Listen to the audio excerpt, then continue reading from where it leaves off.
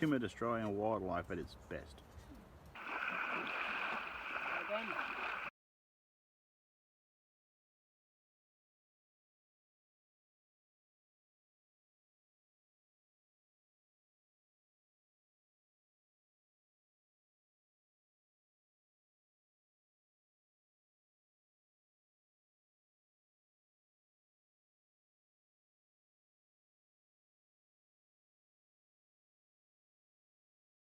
Hi guys, it's Mike here from KS Bushcraft Down Under.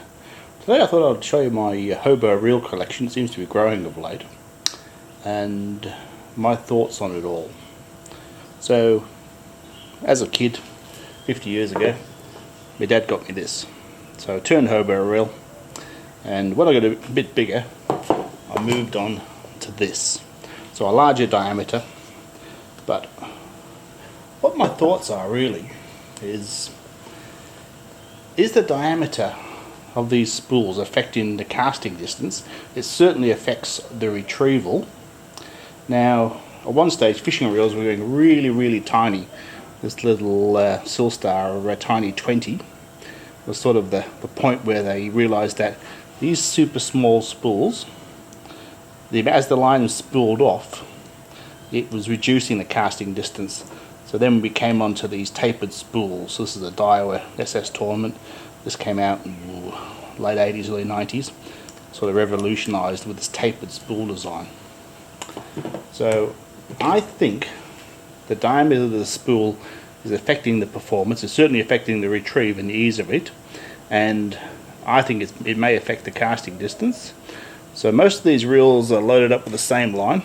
And by the time I get ready for a test, they'll all have some of this 12-pound platypus at 0.29mm. So it's good line, thin stuff. It's sort of the sweet spot if you're only going to have one line. So I'll run through them in no particular order. So this is the Uito. There's a diameter of 88mm and a width of 18. So this is one of my little saltwater ones. Now, this fits in your hand by putting your fingers through, and you really do have to concentrate with turning the line. So for every turn on the reel, it retrieves 27 centimeters. So then we'll move on to the daggerfish. So this is one of my favorites, little streamlines. There's a diameter of 38mm and a width of 40mm. So you can whiz the line on here without concentrating, just by comparing the difference of the two. So this one here is almost the same specs, but a little bit narrow. This has been my reel for years, so I won't use that in the test. The Exotac X reel, relatively recent one for me, is at a diameter of 62mm, a width of 16. Now, if you're fishing with little lures and little spoons, it is difficult. It really is to get this line back on this reel. It's fine for fishing little baits and stuff, and I love the size of it. So if packing it into a survival kit or you're a hiker, the size is more important. So I made a clip-on spool for this, which is much bigger. This is a diameter of 80mm, so pretty much the Uito, and a width of 25, and it is so much easier to retrieve the line with a lure. So the K-Bar caster, great reel. Now it is 58mm in diameter and a width of 30, and it retrieves 15 centimeters a line per turn. So there again, it struggles with a spinner. Now we've got the Kabuya. I've got two of them. This is the plastic version, and this is the one in bamboo. So this, the diameter doesn't really make any sense. So the width is about 25mm for putting the line back on. So this sits in your hand, basically like that. You wind away from yourself if you're right-handed. So there again, you do not have to concentrate. And this retrieves 24 centimeters of line per turn. So it retrieves a lot of line in a relatively compact space as well. So either of these two are basically the same, just different materials. So this big boy here, which is loaded up for saltwater fishing, is the Jurassic fishing. So it has a diameter of 90 mil, a width of about 40, and retrieves 27 centimeters of line. It's about the same retrieval as the Oito, but because of that extra width, so much easier to fish with. So what I'm going to do, I'm going to go out and test the casting distances, all using the same sort of weight, see if I can get a handle on what the loss is and the usability of it, guys. Well, if you're interested, that's what's coming up. Well guys, just about ready for testing. So I've marked a bit of paracord with a drop of 12 inches, which I think is probably the most common, considering that you normally stood in the bush and there's grass and stuff. You can't have it much longer than a foot from your hand. So for consistency, I've marked off that with a piece of paracord. So I can put it on my wrist. Got a big tape measure. All the reels will be loaded up with this 12 pound 0.29mm line. It's a pretty good compromise for a Hobo reel. So we're going to try that. I've made up a pile of markers so I can test the distance. Now I gave a fair bit of thought to what to put on the end. Most of your tackle for Hobo type fishing is going to be light. So I've got these little lead sinkers there, 5 grams each, which I thought was a reasonable representation. I mean, really, that tied on their line is the dream casting rig. It's not going to catch the air, it's not going to flop around, unlike the more realistic one, which is probably a worm and a float. So I know from experience I can hand cast this about 16 feet. So I think this lead will be representative. Now I'm going to cast it 3 ways. Most of the time when I'm bait fishing, I'll use the trout magnet as a guess, I palm it, meaning that that's my left hand, all this is in one hand, and I point that in the direction I want it to land, and I just underhand throw it. So that's a great situation, especially when there's lots of snags and stuff. The next one down is a half throw from a standing position, and the third one is the cowboy, where basically I whirl it and cast on the third. So that will give you a bit more distance, but also a lot more chance of getting snagged in your clothes or the bushes, stuff like that. So I think that's the methodology we'll use, and I shall start collecting some data. Well guys, that was an awful lot of casting, so I think I've got some pretty solid data. Now basically, in a nutshell, the diameter of the spools doesn't seem to make any difference. Certainly the thickness of the line, but I mean, with Hobo fishing you can't go too light because you don't have the shock absorbing of the fishing rod nor a drag on the reel. So you've only got your control of your hand. So start off with the Oito. So casting it in with the palm, I've got 7 meters or 23 feet.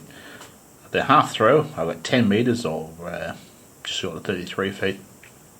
And the cowboy swing, which loses a lot of accuracy, I've got 16 meters or 52 feet. But retrieving this is a pain. You've really got to be on the ball due to the narrowness of the spool, but you're making up for it with compactness, so sometimes you can't have. It's certainly not an issue with baits. If you're lure fishing, this would sort of become a bit of a pain. So next up, the daggerfish.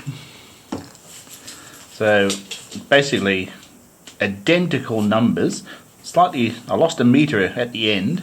Now towards the end of the cast, I think I was picking up on the knot here, so maybe I should tape the knot down or add more line, one of the two. And once or twice it actually caught on this cork. This cork's a bit on the rough side, so I may fill that in. But a pleasure to put line back on due to the 40mm width. It was so much nicer, no looking at it, I could just whiz it away. The smaller diameter, of course, it retrieves slower and with more turns, but perfect for a bit of lightweight fishing. Right, so there's the details on that. The X reel. So it came in bang on the Oito in performance. And there again, the narrowness of the spool, it's a bit of a pain. So fine with baits and stuff, not so much with spinners and stuff. So I tried my clip-on PVC spool. I actually thought it would perform better. It was slightly worse, and I think because I just top shotted the line off another reel, so I didn't have enough on it for the depth of the spool. So I was probably under spooled, which is certainly a factor. So I got 6.5 meters, 9 meters, and 14. So I lost 2 meters on the long cast, half a meter and a meter on the other two. So I'll put that down to it being low on line. Certainly much easier to retrieve with this clipped on it. No doubt about that. So I'll move on to the two kabuyas. I ended up testing both of them. Now I got, on the plastic, the first cast, I got 6 meters, which was the shortest of the entire test. Now I wasn't too sure whether it was the difference between the narrowness of the two reels. You can see that one's much narrower than the other. Or the amount of line. This one has got more line on it. So I got 6, 9 and 15. And with the wooden one I got 7, 10 and 15. So the bamboo one cast just about on parallel with anything. But this was actually a pleasure to use.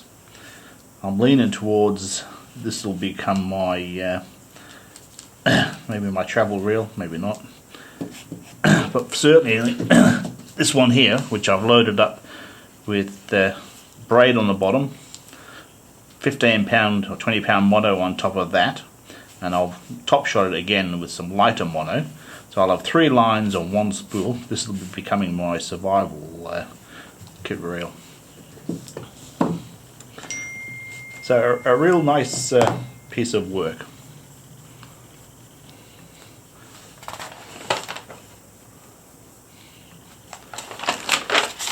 Alright, so we'll move on to the Jurassic fishing.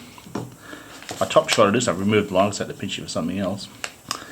7 meters, 10 meters, 15 meters. There again, the width of the spool for retrieving line,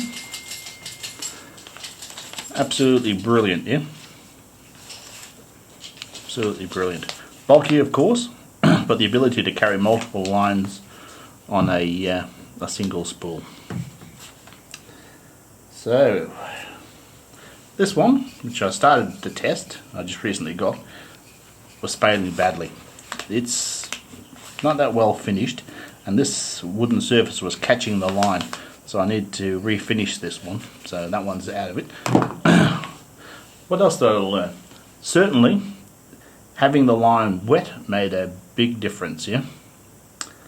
And but all of these are capable. It all depends on what you want in respect for line capacity and compactness. So our next trip out we shall have a bit fishing with them, and I think they'll all perform. Anyway guys, if you like the content I create, feel free to subscribe, it helps me out greatly, and we'll catch you next time.